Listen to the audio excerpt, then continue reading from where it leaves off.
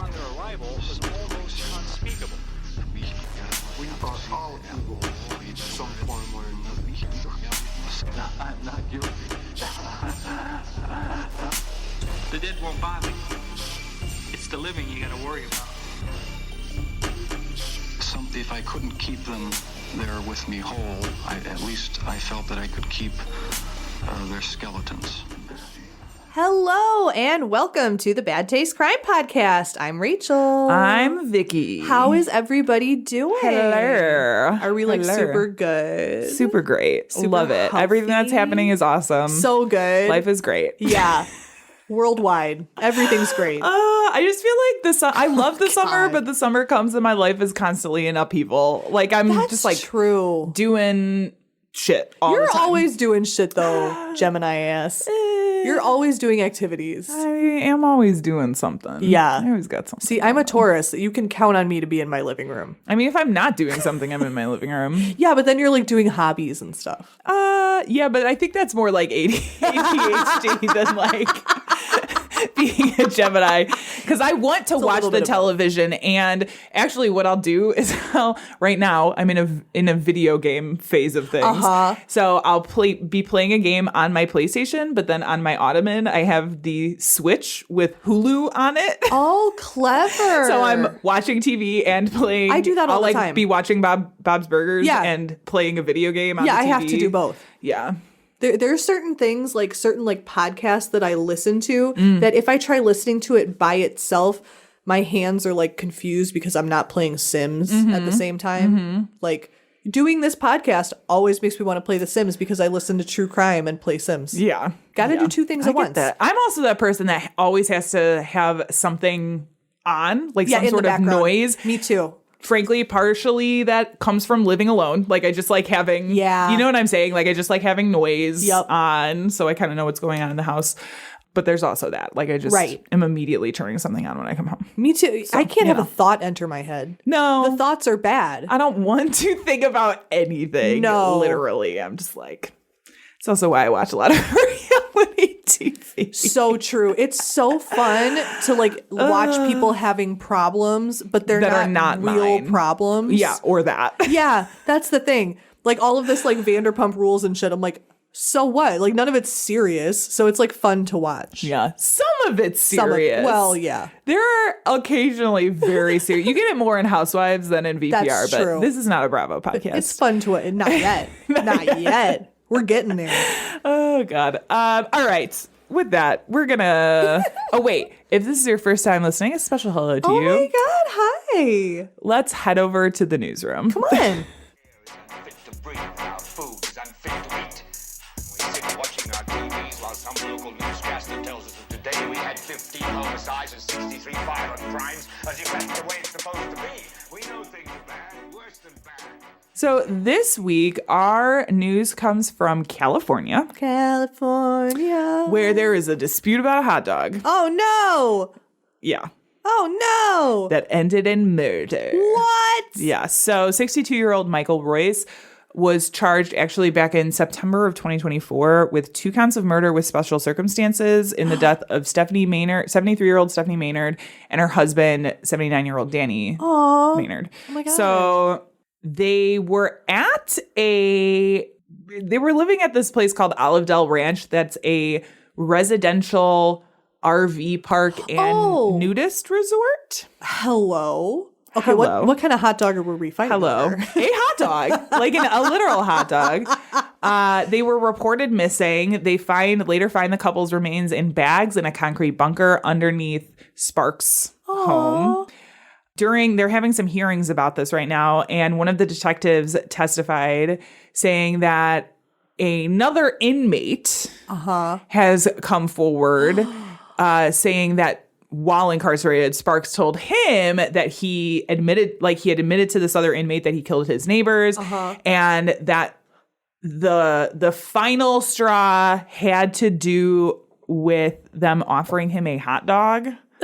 So apparently there was already this like Tension, disputes. They were neighbors. So there was like naked neighbors.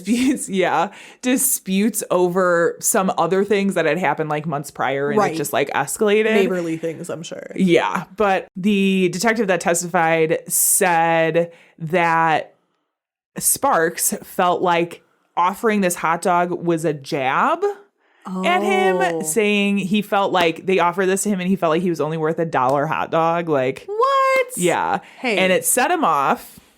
I like a good $1 hot dog. He is accused of brutally beating the couple with a rake, a hoe, a hammer, and drowning the dog in the sink. No. Yeah. Oh my God. Yeah. Yeah. Girl, I don't think so. Yeah. Oh, this was okay. So the feud was over a tree they didn't want to trim, and it was like a decades long, like, Okay. yeah. Yeah, neighbor stuff. Neighbor stuff. So it sounds like this guy was just fucking yeah. crazy. So he hasn't been convicted. He's currently standing trial. Allegedly. But And it's a naked bud. and it's in well, it was. Now he's in fully clothed court. They don't have nudist court. Wow. Why? I would watch the Nudist court? Oh my God. I would watch that if it were Yeah. on TV. It would be something. I like Naked and It would be Afraid. something. They would do that. Well, yeah, that's true. I'm love that I'm thinking show. they would not do that, but Naked and Afraid, they do. They could that just make shit. him wear like a weenie sock and then blur it out. That's what they do in movies. I know. Yeah. Okay. Well, Weenie anyway, that's what's sock. happening in California. We're going to move on to Netflix and Kill, which this week is a Max and Kill. We're talking about the Tetris murders. Ooh. It is actually an ID series on love ID. Max. But it has to do with the 1998 murder of Tetris co-developer Vladimir Pohilko. Oh. Yeah. And his wife, Elena Fedotova, and their son, Peter, while they were at home in Palo Alto. Wow. Okay. This is like the people investigating were like, there's something weird with this. And the investigator felt like something didn't match up. And then I don't know how much you know about the history of Tetris. Nothing. Because so basically I know it's good for you. It's like really good for your brain to play it. It like helps stave off dementia, doesn't it? Isn't that the theory? Yeah, I mean, I could see that. So basically, let me see if I can get this all right. Yeah. Russia, he was in Russia at the time that he developed Tetris. But Okay. because of the government that was in power, because it's like one of the oldest games. Right. Video games, I should say. So when they developed Tetris while they were in Russia, at the time, the government had the opinion that anything created by Russian citizens belonged to the Russian government. Right. And So they were like, yoink. well, it sounded like they had made a deal, I think, with Atari, but then Russia was like, well, actually, this is our shit. And there was this whole kind of back and forth between them Right. and the Russian government. And so he left Russia and came to the United States, where he was Cool. working as, I believe, like a professor of something. Okay. Something super smart. Awesome. Like, I don't know, like physics or, Yeah, you know something- what, something like that. Something Tetris-y. Yes, something very STEM oriented. Cool. And then they turn up murdered, and they believe that there is this connection between the Russian government Right. and these murders. Oh my God. So it's but none of this is still Right. been proven. Which there were, to me leads to it being the Russian government. well, and there was like efforts made by, I believe, the investigating police to work with the FBI, but there was a lot of aspects to the investigation that the FBI was sort of stonewalling them on trying to get information FBI was like, related to that line of questioning. Right. So like none of this has really ever been proven. Yeah. Spooky. But they, in this documentary, interview like most of the investigators involved in this case and kind of the information that they have since been able to Cool. uncover, what their thoughts are on it now. Some of them have like never talked about Oh, wow. the fact that they all thought that there was this Russian, but like because they're all working in police departments, like they didn't really like say it out loud to each other. You know what I mean? Like that kind of thing. And some of them haven't seen each other in like years. That's cool. So it's a really interesting case. I'm going to watch that. Yeah, it's a really, you should. I think you would really, really enjoy it. It's a 3-part series. They're all, I think, like 45 minutes to an hour. Cool. So not super long. Yeah. But it's like, That's on Max. it is on Max. Hell yes. It's called The Tetris Murders. Definitely check it out. It's a wild, conspiracy-laden story. Wow. I had no idea about any of that. Yeah, me neither until I watched this. But Sick. they had me with Tetris, so I was Fucking like, Russia. Come on, Russia. Yeah. Rushing around. rushing around. This is that part of the show where you say content may not be appropriate for all listeners. May not. Oh, yeah, no, mine's definitely murder. Yeah. Mine's murder, and then there is a little bit of child murder as well. Mine's just regular adult murder. Regular adult Old-timey murder. Old-timey murder. But what are we talking about today, Rachel? So we are talking about 2 for the price of 1. I think what I texted you was gruesome twosomes. Yes. Murders committed by a pair. Not like au pair, but like a pair. Yeah. Not like the Like nanny. 2. Yeah. Not Dos. a nanny. Dos. Dos. Because those who slay together stay together. Oh my God. Now, with this pairing, because I feel like I almost was like, so many different people commit murder, so many different types of people, and then I'm like, that's a dumb thing to say. I mean, it's an accurate thing to say. It is an accurate statement. I'll give you that.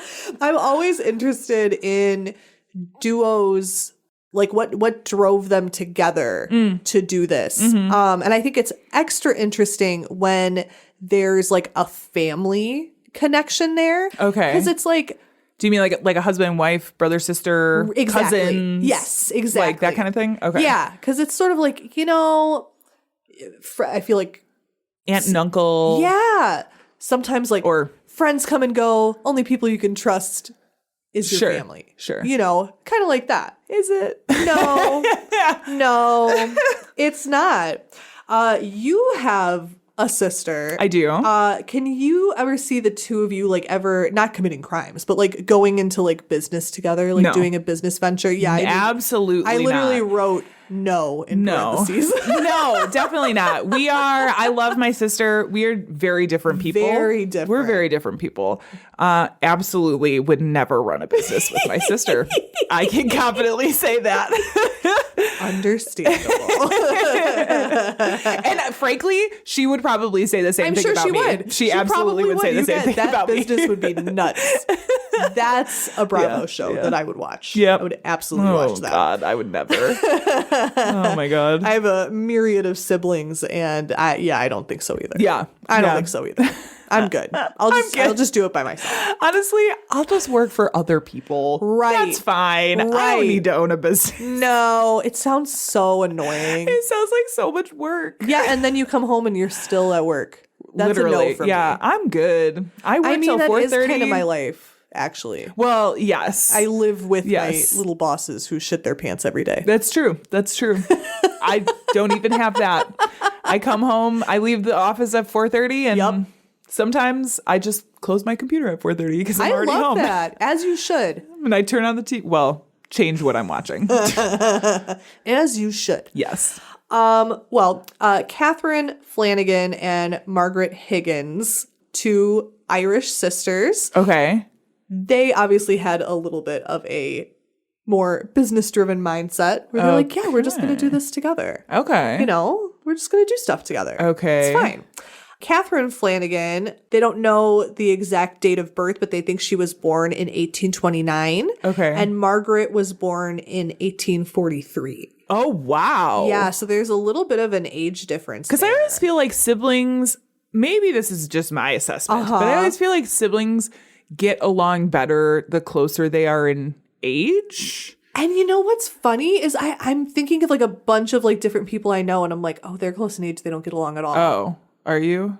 That's so weird. I know I guess maybe that's not universal. Maybe that's not I think universal. it's, siblings are so funny. Yeah, because my sister is 6-7 years older than I am. Yeah. I'm 6 years older than my brother. Yeah, and like I said, we're very different people, Very and I different. think for so much of our lives, we were just at different points in our lives. Right. That it was never like Yeah. some of our other friends who have like closer siblings that are Right. much But then closer sometimes it's like relationship-wise. we're around each other all the time, and this Oh, for sure. kid's so annoying, you know? yeah, that's true. That's true. I get that. But I feel like sometimes, like, because that's like a pretty sizable age gap. That's like a 14-year age gap, I feel. Sometimes I feel Yeah, like if you're that's so big. far removed and you didn't grow up together, then when you're both adults, you can like be friends. Yeah. You know what I Yeah, mean? And you don't yes. have all that like shared childhood, like Sure. trauma, maybe. Right, yeah. Exactly. So in 1880, these two sisters, now let me do a little bit of math. So they would have both been 1843, 1829. They would have been like in their 30s, Okay. I think, right? No, older. Little older. Middle-aged. They would have I'm been not doing middle-aged. the math. I'm I not let doing you do math the either. math. That's a mistake. No, you do that. But so they would have been middle-aged, and this is 1880. Okay. So they Close were- to death. Oh. Right, and both unmarried. Oh, spinsters. I know. Spinster alert. Hi, spinster. Oh my gosh. They decided to, so they were Irish, and they ended up moving to Liverpool in England. Okay. Now, Liverpool around that time and for a lot of its history has been a pretty impoverished area. A Yes. lot of Liverpool is fairly poor. Okay. And okay. the sisters were always having problems with money. Okay. So they were like, you know what? Let's just like start a business. Okay. We're going to run a rooming house. Okay. So like a Sure. little inn. Yeah. So at 5 Skirving Street in Liverpool, they were like, let's set up our little hotel. Okay. So much fun. So the household was the two sisters, and then Catherine from a previous relationship had a son named John. Okay. So he stayed there with them. And two families. Okay. So Thomas Higgins's daughter Mary, and then the other family was a man named Patrick Jennings and his daughter Margaret. Okay. So they're all lodging. They're in the lodger house. They're chilling. Sure. Everything's fine. Sure. And then all of a sudden, 22-year-old John Flanagan, which is Catherine's son, Okay. died suddenly. What? In December. Okay. Yeah, just all of a sudden, 22 years old. Had never been ill or anything. Yeah. Because, you know, back then you get a cold, you're dead. Well, and I'm like 22 years old means nothing then. That's very You know true. what I He got a mean? paper cut and he passed away in the night. Right. A stiff breeze knocked him over. Right, exactly. He ate a pear and that was just it. And it says his death did not raise any particular concern. Okay. And the two sisters, you know, in mourning, were able to have some respite because there were things back then called burial societies. So burial societies seemed similar to like life insurance. Okay. You could register with one of them, and then if your family member died, you could collect the payout. So there Okay. would be several of them within towns. So it was just sort of this separate thing because they didn't really have insurance yet. Okay. So it was just this way It was of like the precursor to life insurance almost. correct. Okay, Yeah, okay. exactly. Gotcha. But it was just for like death. And you could go there beforehand and pretty much ensure that you would get some sort of payout if somebody died. Okay. Gotcha. And I'm assuming you could probably take this out on other people. Correct. Because you could do that kind of thing back then. Correct. So Catherine had like insured him with this burial society. So they were able to collect about 71 pounds, which by 2019 standards would have been 7,120 pounds. Okay. Quite the differential. Yes. So she was able to collect some money, and then he was laid to rest and you try to move on. Sure. Right? Sure. 1882. Okay, you're all living in this lodge house together, right? Eating steak and kidney pie. all of a sudden, Margaret's ankle comes out. You're like, hello. So between Margaret Flanagan and Thomas Higgins, who was one of the lodgers, one of the sisters was kind of like flashing her little ankles at him. And they started a relationship and got married that next year. Okay, so she got married to one of her lodgers. Yeah. Okay. Now, Thomas had a child from a previous relationship who was living with them. She was about 8. Her name was Mary. Right. Healthy, normal child. Okay. All of a sudden, within months of the wedding, died after a short illness. Okay. 8 years old. So sad. But luckily, once again, they were obviously very good with paperwork because they had registered her at a burial society. It doesn't say how much. Man, they are just so good at planning ahead. Isn't that great? They're so good at planning ahead. They're like, hey, don't even worry about it. Yes. You know, such an unexpected loss. Anyway, I'll take that in 10s and 20s. Okay. Yeah. This is all very convenient. So the little girl dies. In January of the next year, the other child who had been living in the house by now, age 19, named Margaret, she dies. Okay. And Catherine goes over to the burial society and collects that and gets her bag. So in the neighborhood, is this starting to raise red flags that so many people in one building are? Oh, well, here's the thing. This is 1800s England. So the second they saw Irish sisters, they were like, we hate them. Oh my God. So they were being classic racism. Horrible. Yeah. Well, yeah. And they were apparently like not super well liked in town. So I feel like, and again, they did this shit, right? This is the murder podcast. Right. They deserve it. But it's Right. like, I think that people were probably watching them from the beginning, being like, what the fuck's going on over there? It just proved them right. Yeah. Stinky. Oh gosh. Okay. So instead of being like, guys, come on, you know us. It's fine. We didn't do it. They were like, we're actually just moving. So they moved their household to a couple streets away, and then they moved again. Okay. So they're just like, doot, doot, doot, moving away from the gossip. Doot, doot, doot, doot, doot. Okay. Then Higgins, the husband, just later that year, became another member of the household to fall mysteriously ill. Oh, okay. So he was like, I'm not going like the rest of these hoes. Call the doctor. Sure. So the doctor, a doctor named Dr. Whitford, was called, and he was like, dude, you're obviously drinking cheap whiskey because you're in this like Irish house. You have tummy pains because you drank so much whiskey. Okay. So here's some opium and some castor oil. You're going to be fine. You're going to be pooping. Just take opium. It's fine. Yeah, well, castor oil makes you violently poo. Yeah. So I'm sure he's like, get all that whiskey out of your stomach. And then here's opium so you won't mind as you like so you don't mind. So you won't mind it. And then after 2 days, he died. Okay. He shit too much. So, Damn. And that's what they said. So when they called back and were like, well, we need a death certificate for this guy because he died, he was like, yeah, I think that he probably died of dysentery. Whoa. Okay. Right. Like, Love from that. What? Love that. From what? But so the doctor was like, yep, stamp. Hey, let me go on with my day. Okay. Higgins had a brother named Patrick, who was like my healthy brother, Thomas. Yeah. I disagree. Okay. He's like, he was very strong and in good health. So he started calling. He was trying to get like the death certificate. Yeah. So not sure who to call. He called one of these burial societies. He's like, hey, what's up? And they're like, hey, here's this information. Oh, you might also want to call this other burial society just to check. So he's like, yeah, let me call around. And it turned out his brother had been registered with 5 Oh my gosh. different burial societies. That seems excessive. Yeah, which left them, they got like altogether like 100 pounds. Wow. So quite a bit of money. Yeah. So he was like, that's not common. And that was not common. Like it was obviously illegal, but it's not like they had systems in place to prevent it. Right. But- Nor did they have, I'm sure, a system in place to like check with other, obviously check with the other societies. Right, which you would think. Because why would they? Right. They can't call them. That's a long way down the road. The roads aren't paved. Yeah, and frankly, that was rival business. So like, why would I? True.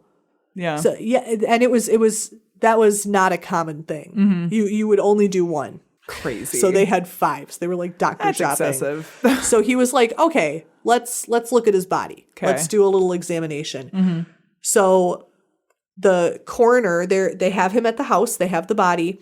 And the sisters are like, oh no, what's going on? So sad. We don't know what's happening. But then when the police came and they were like, yeah, we're here to do the full autopsy, Catherine was like, oh my God, crazy. I'm actually gonna go upstairs really quick, and she jumped out a window and fled the home in full funeral attire. Oh my God. What? Okay. So she's like, bye. Peaced out, jumped out a window. Which is what innocent people do. Definitely. In her Absolutely. best, gothiest outfit. Yes, I absolutely. love that for her. Oh my God. So guess what they found in his organs? Do you want to guess? Poison? Do you have like a type of poison you think maybe? Opium? Arsenic. Oh. Yeah, that kills you. Okay. His Yep, organs that'll do were it. chock full, stuffed God. full of fucking arsenic. Oh my gosh. Okay. Indicating the poisoning had taken place over several days. They were looking around because they're like, where did this come from? And they found a little bottle full of white powder, which is how arsenic is taken most of the time. Right. That was marked to belong to Margaret. Oh, cool. they found that Just in her house. put your name on the poison. That's fine. It said it had a market pocket. So like it was in her purse, like on her person. Oh, I see. I see what you're saying. Okay. Yeah, I was that's like, what I wow, mean. that's really smart. It Put your said name on the marked- fucking It poison. says market pocket, and I was like, marked. Oh no, market pocket. I just can't read it. Gotcha. Is really what the problem I'm is. going to start marking all of my poisons with my first and last name and you don't want to address, lose them. just in case I lose them. That's just plain common sense. Good safety. oh my God. That's funny. Yeah. So they found that bottle on her, and she was immediately arrested. Her sister, Catherine, who had jumped ship and was fucking running away, was just staying at different boarding houses in the town. So eventually they just went to one of them and were like, come to fucking jail. Yeah. Don't be running away. I'm surprised she wouldn't have gotten like turned in right away. I'm surprised, too. Like, especially considering the neighborhood was Right, like, that it was are these unpopular. bitches? I Yeah. wonder if maybe she was like, oh, I'm British. I'm not Irish at all. you Americans don't know the difference. Yeah, really. So they were like, okay, let's exhume everybody else. Since this guy was arsenic poisoned, Yeah. how many of these other people? Probably wouldn't have been too late either because wasn't. they were like back to back to back to back to back. Yeah, it was all within like 1 or 2 years. Yeah. Pretty much. Yeah. So the bodies of Mary Higgins, Margaret Jennings, and John Flanagan all showed evidence. So the way they check for arsenic a lot is kind of similar to what you said. It won't decompose as much. So when they dug them up and they were like bright and shiny, they're like, oh. Yeah, still perfectly preserved arsenic. And then they cut them open, arsenic. Damn. Yep. But okay. they knew right away. As soon as they saw the bodies, they were like, yep, Oh, damn. that's what arsenic does. Okay. Well. So they were trying to figure out like how they got this poison, right? Like I wasn't sure if maybe it was like you just go to the apothecary. That's and what I pop would have down and get some assumed. arsenic. Like Yeah. I was like, maybe it's like animal poison, Yeah. but it wasn't the same kind of arsenic. So they were still trying to figure out like where did this arsenic come from? And flypaper at the time, super common in the area. 'Cause Liverpool's a seaport. So Okay. there's like mad flies Okay. all over the place. The flypaper that they would have contained arsenic, and it was discovered if you soak that flypaper in water, then you can like extract the arsenic. So they like went through stuff to poison these guys. What? That's Yup. crazy. So it's like, girl, how did you know that? Because I think you could, wouldn't they sell arsenic as like rat poison? So that's back what in the they day? thought, but it's a Yeah. different type of arsenic. Gotcha. Okay. I'm 'Cause just they- making sure I'm not making that No, part no, up. no, no, no, That's you're not. crazy. It's also, how did said- they figure out that you could just soak flypaper? Right. And it says that you get that. could get it at a chemist, which Yeah. was like a pharmacy. Yeah. But you would have to be like a doctor. It's like doctor grade. So they're Okay. like, did they steal it? Like, did they do that? And then they found like that they had been soaking flypaper and were like, oh, they're making the poison. Wild. Oh. At the time of the arrest, too, this is just kind of like a little like sprinkle on top. Catherine claimed to her lawyer that they had murdered more people. Oh. Like 7. Oh my more God. people. Like before they opened the boarding house? Mm-hmm. Oh. That they had been doing burial society fraud for a really long time. What? And she was like, hey, I have a list of names because we got a bunch of other broads doing it with us. Like a ring? Like a burial society ring? Yes. Fraud ring? Allegedly. Damn. Allegedly. So it was all the alleged group contained like people who would do the poisoning, people who would obtain the poison, people who worked at the burial society, people who were like up in the government, kind of. Yeah. So they were like calling these women in and trying to figure out if it were true or not. That this whole thing, which I find very fascinating, is still just a conspiracy. They Really? never were able to prove it. And you think that you would be able to by going through burial society records at least or something? Like here's one. There was a woman named Mrs. Evans, and they said that she was one of the poisoners, and she had several times in her life like where people had died, and it was very unusual. Like she had boarded a teenager who was like mentally handicapped but healthy physically, and he had died, and people were like, yeah, how did he but die? they weren't able to prove it. They weren't able to prove it. Interesting. And in the papers, they kind of were like, oh, this is just like a big, like crazy conspiracy. Crazy. Yeah.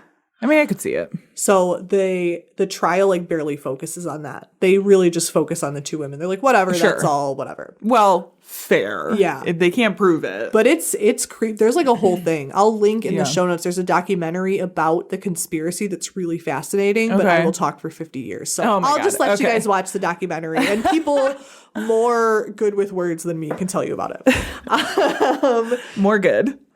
Yeah. So she was like, during trial, Catherine was like, no, I'll tell you about all of these other poisoning hoes for leniency. And they were like, sit back down. Yeah. We literally do not want to hear it. Oh my God. They were both found guilty. Good.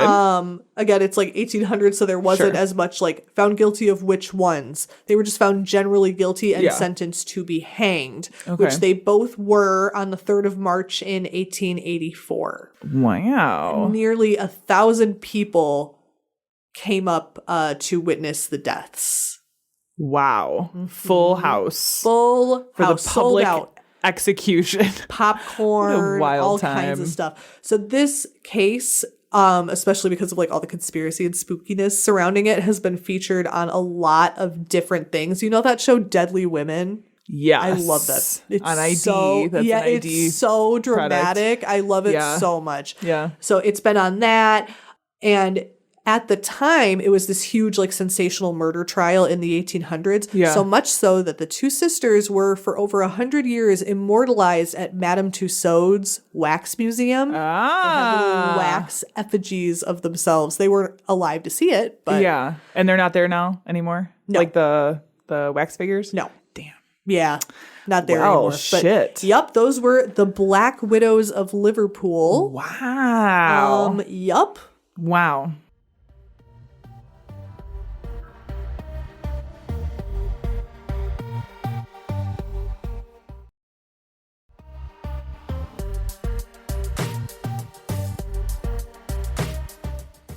So I was kind of excited about this. Yeah. Because duos are just one of those things that's like, honestly, it's a double-edged sword. Yeah. Right? Because it's easier to commit a crime with the help of somebody else, but also there's a reason for that saying that's like 2 people can keep a secret if one of them is dead. Absolutely. Right? Like, it's all liability. It is. Like, is that It's person going helpful. to talk? Is that person going to mess up? right. Right.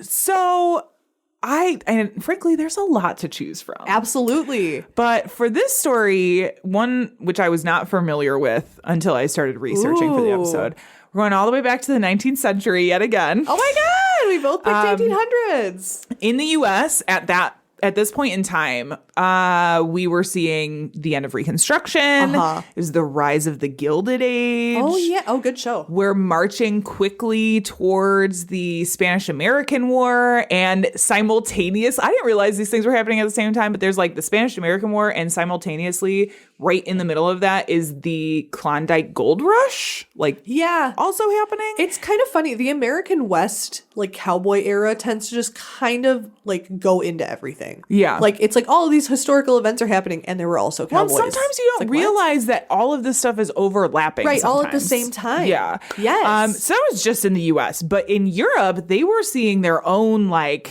changes. And specifically France had a lot going on. They were just coming off the Franco-Prussian War, which sparked the end of the Second Empire and the start of the Third Republic. Yep. Which was a whole thing. Industrialization was starting to take hold in France. Also, the political and social divisions were like completely magnified at that point in time. Yep. And this is the setting that we find ourselves in for the story of the Goof case. What? Now, I'm going to say we are in France, and I love French, like the language. I've wanted to learn how to speak it so bad, but I do not know how to speak it. So I'm going to apologize in advance. Stay patient with us, Frenchies. Yeah, there's a lot of phonetic pronunciation in my notes. French is hard. Yeah. It's really hard. It is. Okay, so I believe in you. thank you. Our story begins in August 1889 when a man named Dennis Coffey, who had been working on a minor road, like not as opposed to a major, as opposed to a major road. Yeah. In the suburb of Lyon, he was noticing that there was this like bad smell. Oh no. In the air. And so he reports it to authorities and they come out to investigate. What they discovered was a large oilskin bag hidden under a bush. Oh, no. And inside, they found a partially decomposed body who they could not immediately identify. Right. Oh, my gosh. How awful. Police transported the body to a forensic surgeon, Paul Bernard, so he could perform an autopsy. Now, forensics, like, as a practice, was so new. Absolutely. Then. Like, there were very few people who did it professionally. It was not the most widely accepted practice. I'm sure. It was super slow to be embraced. The first forensic science lab wouldn't open until 1910. So you're talking, there's still another 10 years before even the first official lab is open at this point. This is 10 years earlier. Wow. So super new practice, but his examination showed the unidentified person had been bound with 7 meters of rope.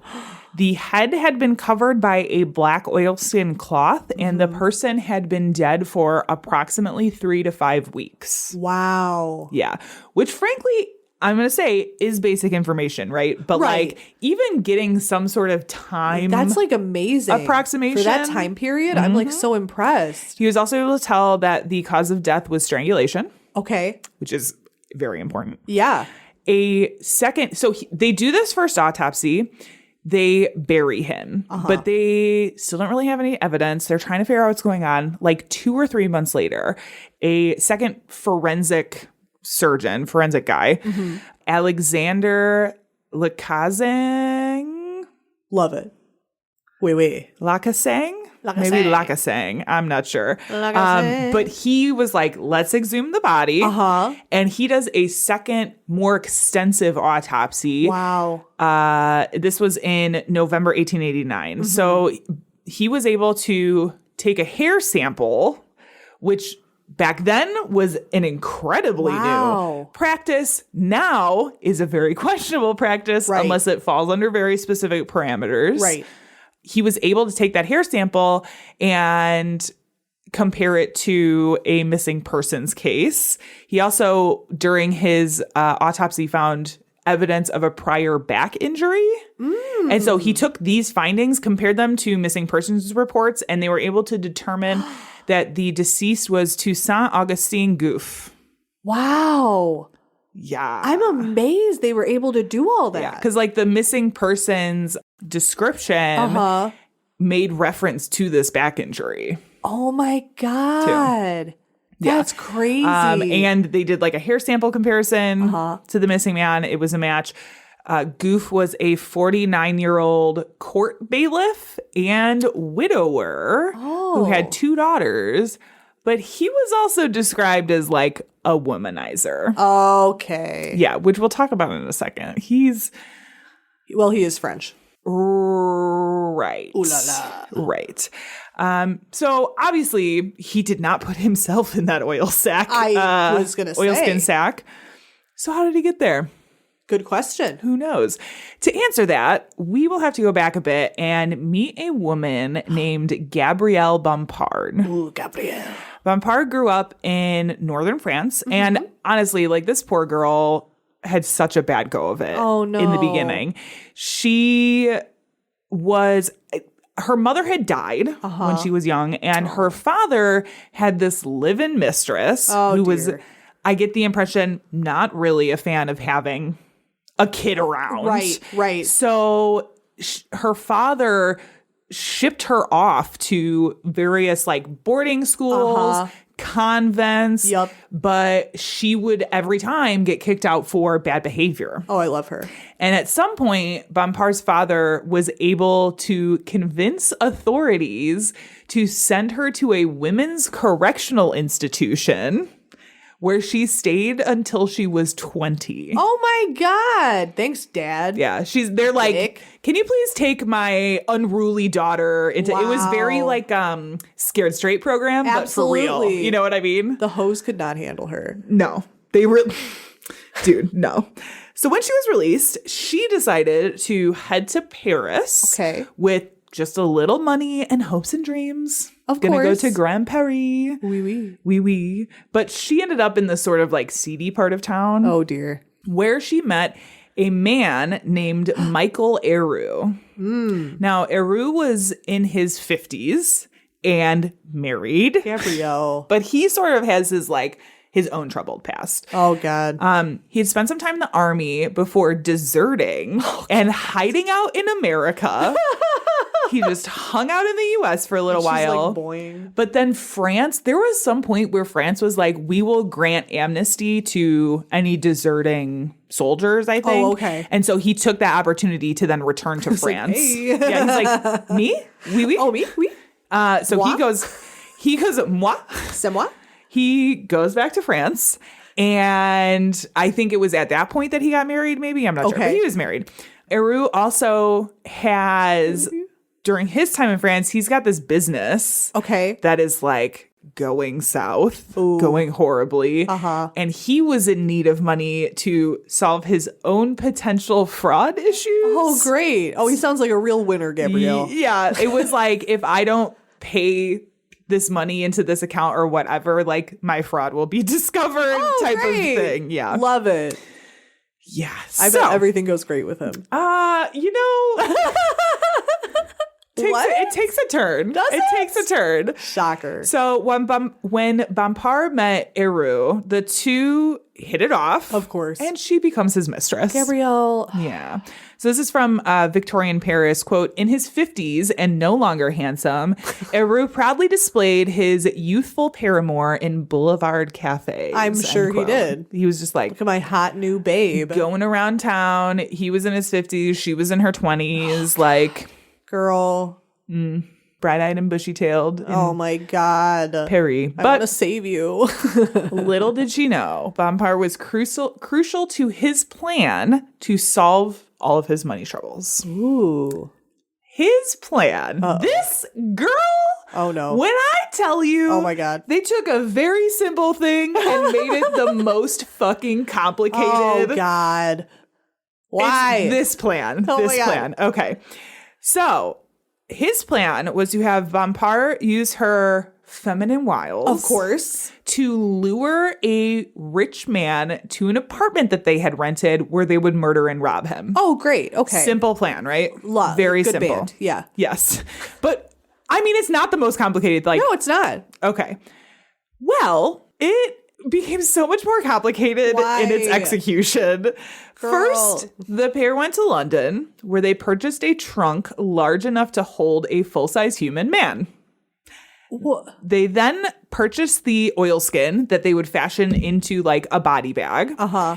They also picked up rope, a pulley, and a silk cord that they made into a noose. They're so dumb. Do you know where this is going? Yes. So the apartment had this like alcove where they hung a curtain rod so that Eru could sit behind it. Yeah.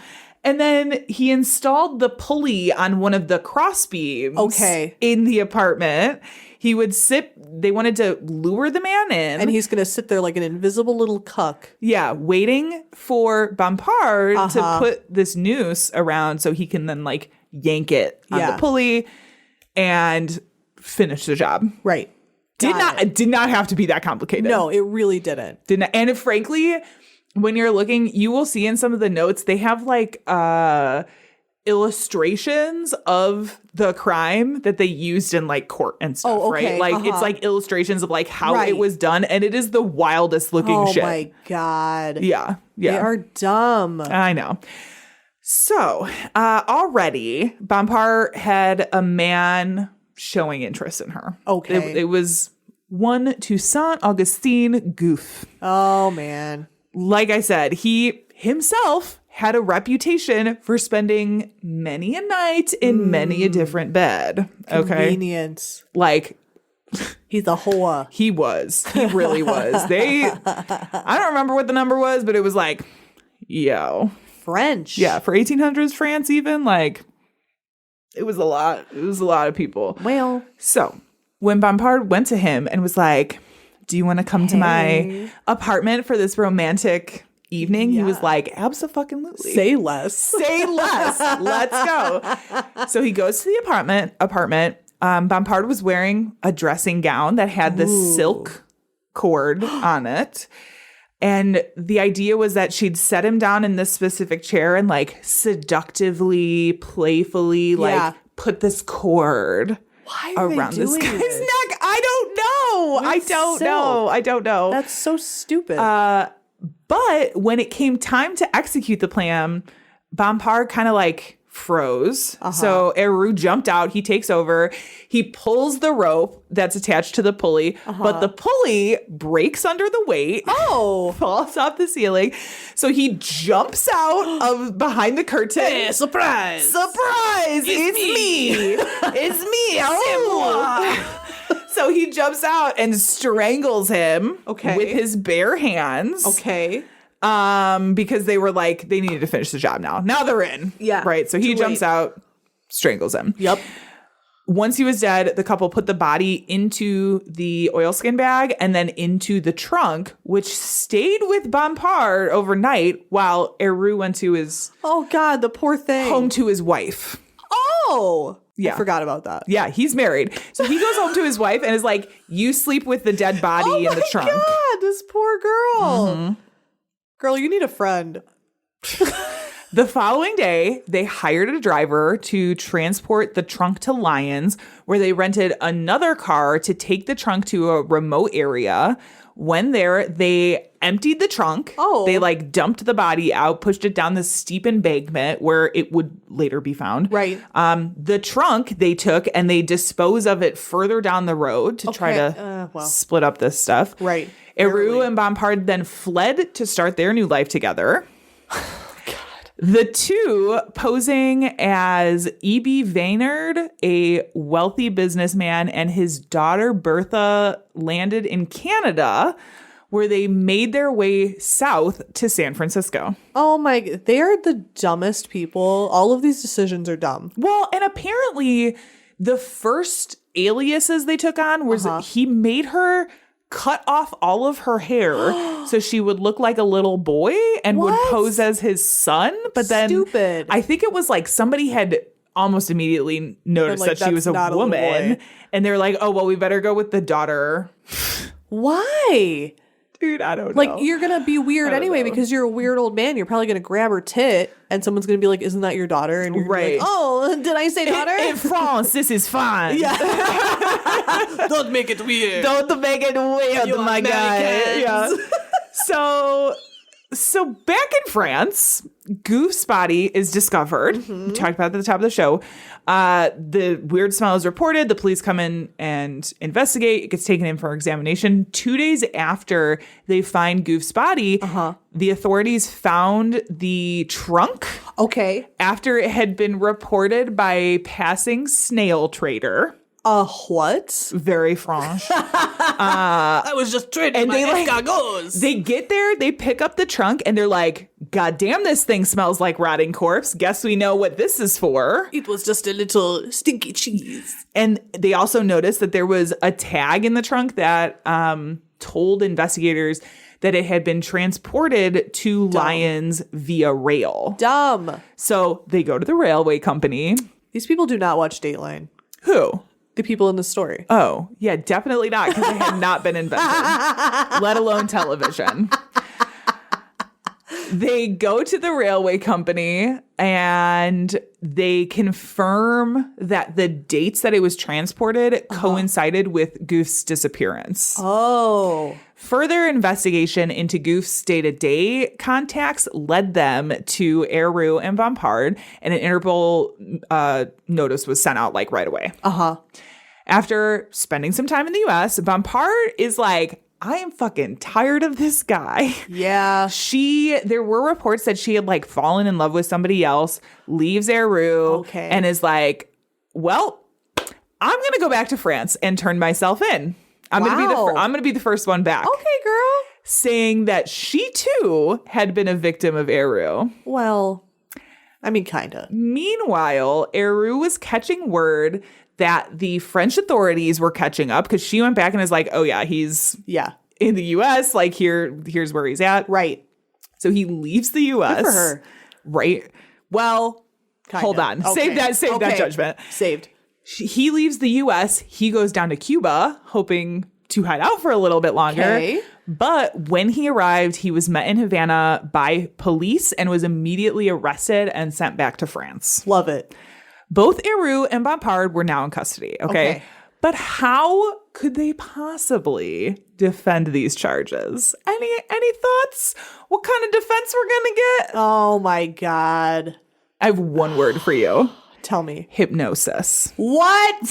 That wasn't the word I was thinking of. Which is hilarious to me because this is also a time where these sort of like hypnosis practices, that kind of woohoo kind of stuff is being more embraced. Right. Especially by... Yeah, we're just coming into the spiritualist movement, I feel. Yeah. Yeah. So Interesting. Bompard is like, I was under hypnosis the entire time. Fuck up, girl. I was an involuntary participant in the murder.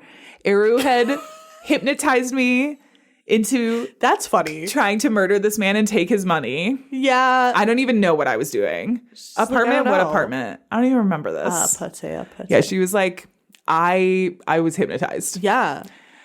So there's that. Heroux was like, absolutely not. Actually, she convinced me with her feminine wiles to make me her lapdog. Yeah. She was pulling the strings the whole time. He didn't say he was hypnotized, but he's like, look at her. She's so beautiful. Well, she's like this 4'8", slender, pretty young woman.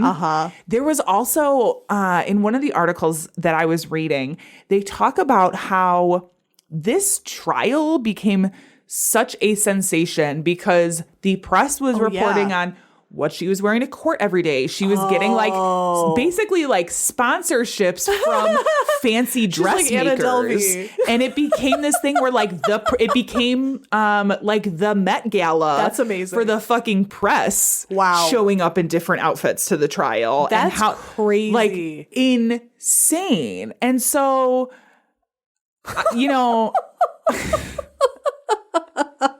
it's honestly, it's hard to believe or hard to decide what the jury might believe in this case. Right. Because There's so much going on. and both defenses are like as equally outlandish as they would have been accepted at that time. True. You know what I'm saying? Yeah. Like, I'm sure there were probably people on the jury who were like, I mean, this hypnosis thing, like, I think that's pretty legitimate. And there were probably people on the jury who were like, I mean, you know how easily men can be swayed by women to my like, you know what I mean? God. Like, yeah, totally. it's hard to be like, well, what would the Shit. jury? Yeah. So, well, honestly, I think largely in part because she is, like I said, this 4'8" petite Cutie patootie woman. Yep. And that there was some belief in hypnosis at that time. Bompard received a sentence of 20 years hard labor. Okay. In total, she served 12 years before being released in 1905. Wow. She went out. Eru got quite a different treatment, receiving a death sentence. Good. And being publicly guillotined Holy in shit. February 1891. Wow. Yep. Oh my God. Yeah. Off with his head. Yes. I'm also like, it's France, so of course the death penalty is guillotine. Like, Dance till you dead. yeah. So that is the story of the Goof Wow. case and my dynamic duo, shall we say. What a couple of assholes. Yeah, dude, insane. Also, Wow. those defenses get me every time. I'm Yeah. like, Hypnosis. hypnosis and her being flirting, super I guess. sexy. Yeah. Using her titties to lure him into sin. I mean, Shake, I've done shake, it. shake. Who Yeah. hasn't led men into sin? Me? No. Liar. It's true. Well, before you decide to pair up to do crime, Ooh. maybe don't do that, but maybe listen to this don't. podcast. Yeah, do that instead. Hello, this is Margot D of the Not Fade Away podcast. This is the show that talks about folks from the music world who are no longer with us. We're talking about singers, musicians, songwriters, composers. If they made a mark on the world of music, we will talk about them. Past and future episodes include Jim Morrison, Aaliyah, John Belushi, Kurt Cobain, Tupac, and Jerry Garcia. You can find us wherever you get your podcasts under the name Not Fade Away Podcast, and follow us on all of our social media channels as well under Not Fade Away Podcast. And if you have any comments or suggestions for future episodes, send an email to notfadeawaypodcast@gmail.com. Hope you check us out. Thanks so much. All right, friends, that has been our show It for this week. Do you have any final thoughts before we finish up, Rachel? I support women's wrongs. You have said that before. I support women's rights, but also women's wrongs. I need that tattooed. You do. I believe in You it. really do. I really do. Well, on that note, if you enjoyed this episode, you can find more just like this at badtastepodcast.com. Yeah. Our sound and editing is by Tiff Fullman. Our music is by Jason Zakshevsky, the Enigma. This has been the Bad Taste Crime Podcast. We will see you in 2 weeks. Goodbye. Bye. Au revoir. Oh, wait. No, wait. Yeah, au revoir. Bodies on the hillsides along the highway.